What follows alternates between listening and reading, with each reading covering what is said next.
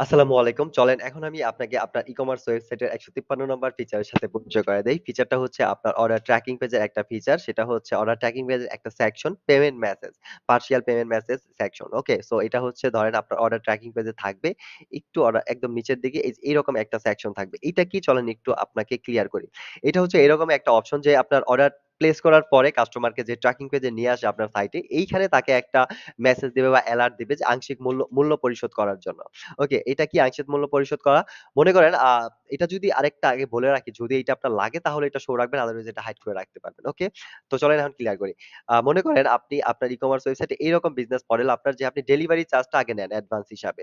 ঠিক আছে? Security purpose এ যেন হচ্ছে আ যে ডেলিভারি চার্জ আপনাকে অ্যাডভান্স পরিশোধ করে তার অর্ডারটাই আপনি ডেলিভার করেন। আ আ জাস্ট মনে করেন আপনার ৳১,০০০ র প্রোডাক্ট আপনি হচ্ছে ডেলিভারি চার্জটা অ্যাডভান্স নেন ৳১৫০ বা ৳১০০। এইটা নিলে আপনি অর্ডার কনফার্ম করেন যে এটা পে করে। সো এটাই আপনি জাস্ট এটা মেসেজে সুন্দর ভাষায় নিজের মতো এটা লিখে রাখবেন। যেন কাস্টমার বুঝতে পারে। দেন হচ্ছে আর আপনার নগদ, বিকাশ, ব্যাংক যেই নাম্বারগুলো থাকবে এগুলো দিয়ে রাখবেন। দেন হচ্ছে সে যেন সেন্ড মানি বা যেভাবে পাঠায়, পাঠায় আপনাকে পাঠাইলে আপনি বুঝতে পারেন। আর রেফারেন্স এই যে দেখেন লেখা আছে অর্ডার নাম্বারটি রেফারেন্সে দেন। সো যেই অর্ডার নাম্বারটি ক্রিয়েট হবে এই যে ৩৩ নাম্বার বা এই যে অর্ডার এখানেও দিয়ে দিবে। অর্ডার নাম্বার ৩৩ দিবেন। মানে রেফারেন্সে এই যে রেফারেন্সের একটা অপশন আছে দেখবেন সেন্ড মানি করতে গেলে থাকে বিভিন্ন অপশনে। সো ওইটা দিলে রেফারেন্সে যদি ৩৩ দেখেন আর আপনার সাইটে যদি অর্ডার ৩৩ দেখেন তাহলেই তো আপনি বুঝতে পারবেন যে আচ্ছা এইটা হচ্ছে মানে এই অর্ডারের ৩৩ নাম্বার অর্ডারের পেমেন্ট। তখন আপনি আপনার এই অর্ডারটার মধ্যে ৳১৫০ পেমেন্টটা রিসিভ করে দিবেন, কমায়া দিবেন। ঠিক আছে? অর্ডার ম্যানেজমেন্ট এর থেকে এই অপশনটা আছে আপনার পেমেন্ট রিসিভ করার। আই থিংক বুঝতে পারছেন। তাছাড়া অনেকেই বেশিরভাগই হচ্ছে নিজের বিকাশ থেকে যদি করেন সেম নাম্বার মিলে গেলেও আপনি বুঝতে পারবেন আ কোন অ্যাকাউন্ট থেকে পেমেন্ট করছে। সো এরকম ম্যানুয়াল পেমেন্টের মাধ্যমে যদি আপনি আপনার আ জিনিসটা ম্যানেজ করতে চান, অ্যাডভান্স টাকাটা নিতে চান, তাও আপনি নিতে পারেন। এটা হচ্ছে অনলাইন পেমেন্ট গেটওয়ে এড করলে তো অটোমেটিক এটা আপডেট হয়ে যাবে। বাট এটাও অনেকটা সহজ হয়। আপনার যে রেফারেন্স দিয়ে দিলে তাকে ফোনও দেওয়া লাগে না। বুঝা যায় এটা কোন অর্ডারের পেমেন্ট। ওকে? সো আপনি যদি এটা চান তাহলে এই পেমেন্ট সেকশনটা ইউস করতে পারবেন। আরেকটা জিনিস হচ্ছে আপনি এই পেমেন্ট সেকশনটা নিজের ভাষায়ও নিজের মতো করে কাস্টমাইজ করতে পারবেন আপনার কন্ট্রোল প্যানেল থেকে। ওকে? আর আ আই থিংক ক্লিয়ার। আর যদি এটা দরকার না হয় তাহলে এটা হাইড করে রাখবেন। তো চলেন এই জিনিসটা একটু দেখায় দেই যেহেতু সময় আছে। এর জন্য আপনি যেটা করবেন আপনার কন্ট্রোল প্যানেল লগইন করতে হবে আপনাকে এটা করার জন্য।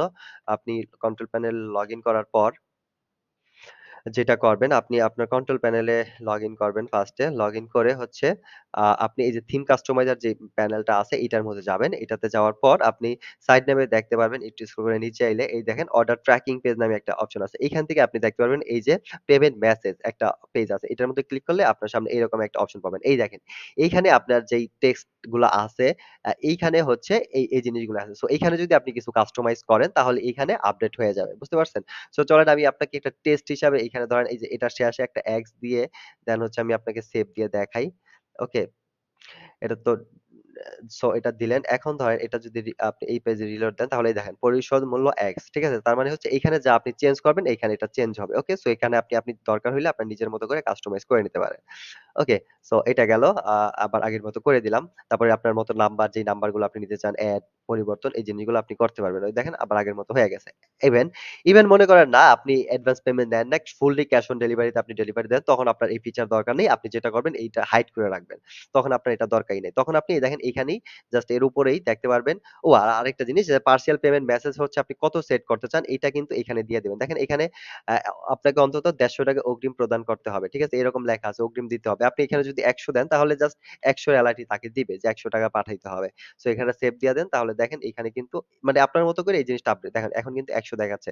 তারপর হচ্ছে এখানে যে কালার আছে ইয়েলো আপনি চাইলে এই জিনিসগুলাও কিন্তু চেঞ্জ করতে পারেন। আপনি এই যে ইয়েলোর বদলে এটা এই যে পার্সিয়াল পেমেন্টস এটা ডাইনামিক।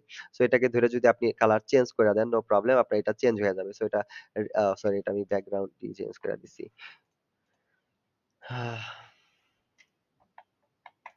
আগের মতো করলাম। সো এটা আমি টেক্সট কালার চেঞ্জ করতে চাইছিলাম। এই যে এটা হচ্ছে এই সাইডেরটা টেক্সট কালার। ওকে? সো এইভাবে যদি আপনি সেভ দেন বা কালারাইজ করেন, কাস্টমাইজ করেন তাহলে কিন্তু নিচেরটা নিজেই অনেক সুন্দরভাবে দেখেন এটা রেড কালার হয়ে গেছে।